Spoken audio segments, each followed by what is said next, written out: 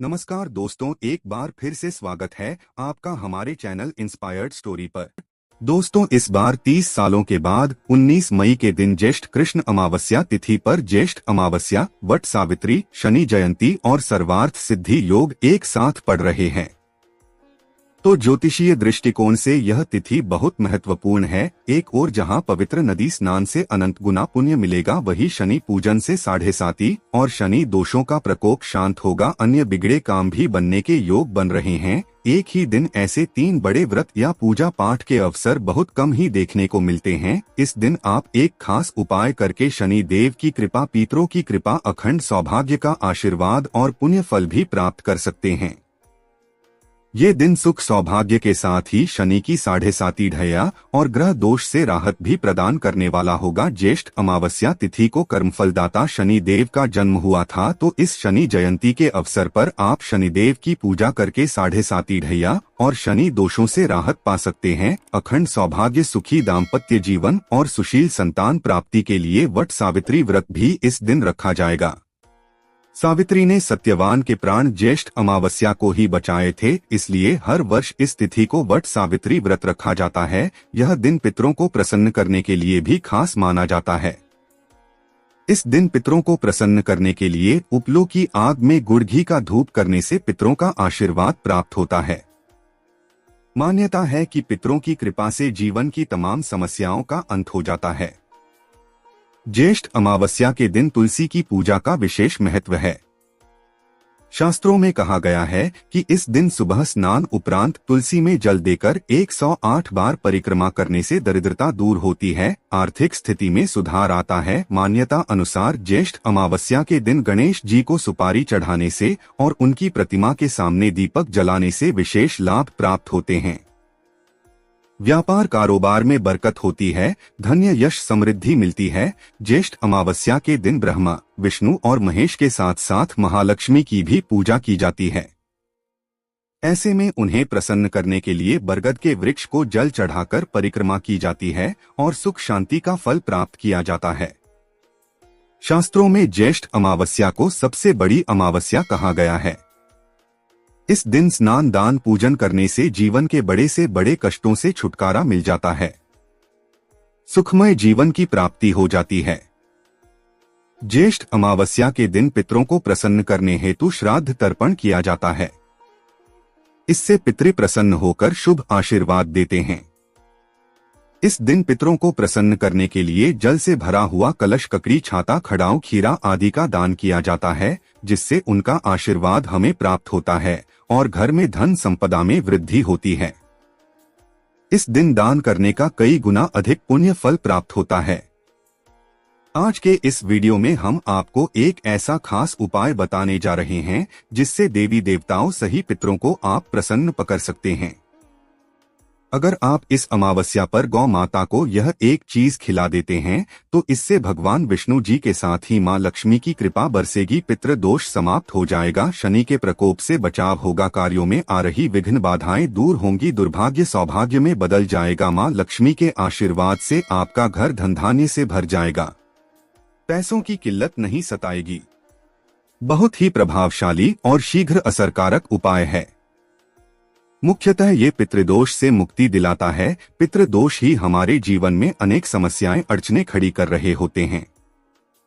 गंभीर बीमारियां, नौकरी कारोबार में अपयश, घर में कलेश, कलह, अशांति, कर्ज की समस्या, इनसे व्यक्ति ना तो चैन से जी सकता है और ना ही परिवार वालों को खुश रख सकता है। लेकिन आज का यह उपाय पितरों को और देवी देवताओं को दोनों को प्रसन्न करेगा और आपके सारे दुख कष्टों को दूर करेगा। आगे बढ़ने से पहले आपसे रिक्वेस्ट करते हैं कि वीडियो को लाइक जरूर करिएगा, दोस्तों को शेयर कर दीजिएगा और अगर आपने अभी तक चैनल को सब्सक्राइब नहीं किया है तो चैनल को सब्सक्राइब करके बेल आइकन जरूर दबाइएगा। दोस्तों, यह उपाय करने के लिए आपको चाहिए होगा बिना छना हुआ आटा, यानी भूसे के साथ ही आटा लेना है। स्नान आदि के बाद ही आप इस उपाय को करें। स्वच्छ पात्र में शुद्ध पानी से इस आटे को गुथे। इसकी आपको 2 रोटियां बनानी है, तो उसी मात्रा में आटा ले रोटियां स्वच्छ धुले बेलन चकले से चूल्हे पर बनाएं और दोनों रोटियों को अलग अलग थाली में रख दें।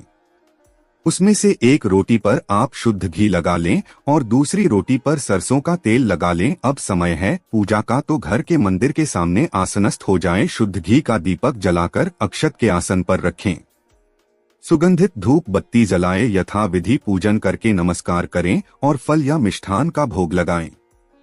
मिष्ठान ना हो तो गुड़, शक्कर या बतासे का भी भोग आप लगा सकते हैं। यह भोग 2 अलग अलग पत्रों में रखकर लगाना है। उसमें से एक पात्र में आप तुलसी दल रखें। ये भोग आपको भगवान विष्णु और मां लक्ष्मी को लगाना है। दूसरे पात्र में रखा भोग हनुमान जी को लगाना है। ये भोग बूंदी के लड्डू का हो तो बेहतर है। भोग लगाने के बाद देवी देवताओं को नमस्कार करके विष्णु जी के 12 मंत्र ओम नमो भगवते वासुदेवाय का 108 बार जप करें। इस मंत्र का तुलसी की माला पर जाप करना बेहतर होगा। जाप करने के बाद भगवान श्री हरि विष्णु जी और मां लक्ष्मी को नमस्कार करें। दोस्तों, भगवान विष्णु को पितरों के देवता माना जाता है, इसीलिए पितरों को प्रसन्न करने के लिए भगवान विष्णु और लक्ष्मी जी का पूजन अवश्य करना चाहिए। इसके बाद आप पितृदेव के मंत्र का 108 बार जाप करें। मंत्र है ओम देवताभ्यो नमः। इसके अलावा आप पितरों चालीसा का पाठ कर सकते हैं। अब आप पितरों देव का स्मरण करके हाथ जोड़कर उनसे पितृदोष से मुक्ति देने की प्रार्थना करें। देवताओं से अपने पितरों की आत्मा की शांति की प्रार्थना करें, उनके मुक्ति की प्रार्थना करें। फिर हनुमान जी को नमस्कार करके हनुमान चालीसा का पाठ करें। शनिदेव हनुमान जी की पूजा से प्रसन्न होते हैं। हनुमान भक्तों को शनि देव परेशान नहीं करते हैं। शनिदेव का कोई भी दुष्प्रभाव उन पर नहीं पड़ता। हनुमान जी के भक्तों पर शनिदेव सदैव प्रसन्न रहते हैं। तो अब आप शनिदेव के इस मंत्र का जाप करें। मंत्र है शन शनिश्चराय नमः। फिर हनुमान जी और शनिदेव को नमस्कार करके शनिदेव के दुष्प्रभाव को दूर करने की आप हनुमान जी और शनिदेव से प्रार्थना करें। पूजन प्रार्थना के बाद आपने भगवान विष्णु और मां लक्ष्मी को तुलसी दल डालकर जो भोग लगाया है उसे आप घी लगी रोटी पर रख दे और दूसरे पात्र में रखा भोग जो आपने हनुमान जी को लगाया है उसे आप सरसों के तेल लगी हुई रोटी पर रख दें। अब इन रोटियों को आपको गौ माता को खिलाना। दोस्तों, गौ माता की महिमा अपरंपार है। शास्त्रों के अनुसार गौ माता में 33 कोटि देवी देवता वास करते हैं। मनुष्य अगर गौ माता की सेवा करें तो वह संकट से बच सकता है। गाय की पूंछ छूने मात्र से मुक्ति का मार्ग खुल जाता है। तो गौ माता के पास जाकर आप गौ माता को नमस्कार करें और उन दोनों रोटियों को गौ माता को खिला दे। अगर काले रंग की गौ माता मिले तो बेहतर है, नहीं तो आप किसी भी गौ माता को यह रोटियां खिला सकते हैं। खिलाते समय सबसे पहले आपको सरसों का तेल लगी हुई रोटी गौ माता को खिलानी है। खिलाते समय गणेश जी, हनुमान जी और शनिदेव का स्मरण करें। अपनी परेशानियां बताएं और उनके निवारण हेतु विनती करें। उसके बाद घी लगी हुई रोटी आपको गौ माता को खिलानी है। यह रोटी खिलाते समय आप विष्णु जी का स्मरण करें और संकट निवारण हेतु प्रार्थना करें।